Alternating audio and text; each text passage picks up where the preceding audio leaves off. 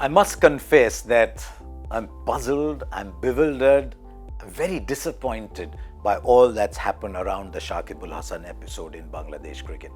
Remember, Shakib is one of the game's luminaries. He's one of the finest players on the world circuit at the moment. He's vastly experienced. He's a player that an entire country looks up to. And so for Shakib not to report in advance an approach is very, very puzzling indeed. It's happened not once, not twice, but thrice. And it surprises me because Shakib himself has been at the forefront of reporting inappropriate behavior. He did that during the Bangladesh Premier League in 2014, which led to the ban against Mohammad Ashraful. He's been a very proud cricketer for Bangladesh. He's often spoken out about the standards of excellence that he desires. And someone like him cannot even hide behind the shadow of ignorance. I mean, every single tour, you're told about the ICC anti-corruption unit protocol. You're told that if there's anything suspicious, even remotely suspicious, that you have to report it. Why, even an under-19 player, even at every T10 league, T20 leagues, everything around the world, you're always told if there's anything suspicious that you must report it. So why did Shakib not report it? As I said, he's such a vastly experienced player. Could it be that he just thought he could get away with it, that he's such an idol in his country that he could get away with it?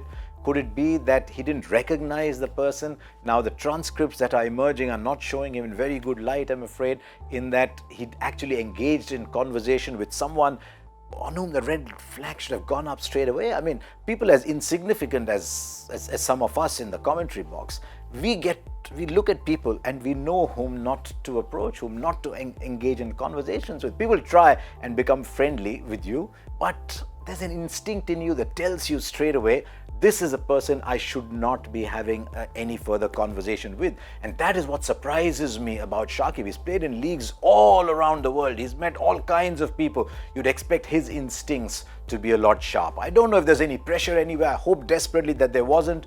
But this is something that's enormously baffling and I want to hear a lot more of.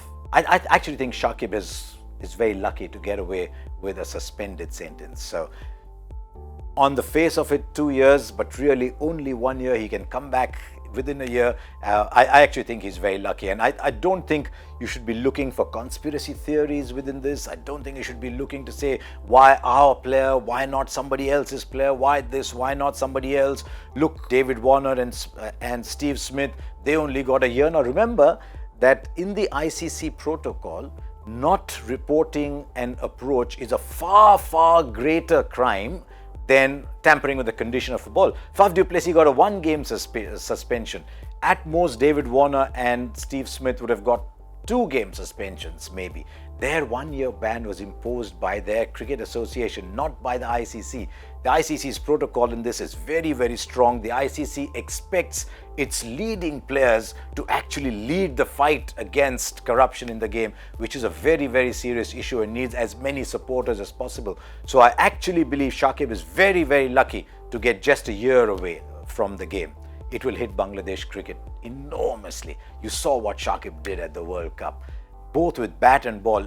It's very rare that you find a player who's not just your best batsman, but also your best bowler.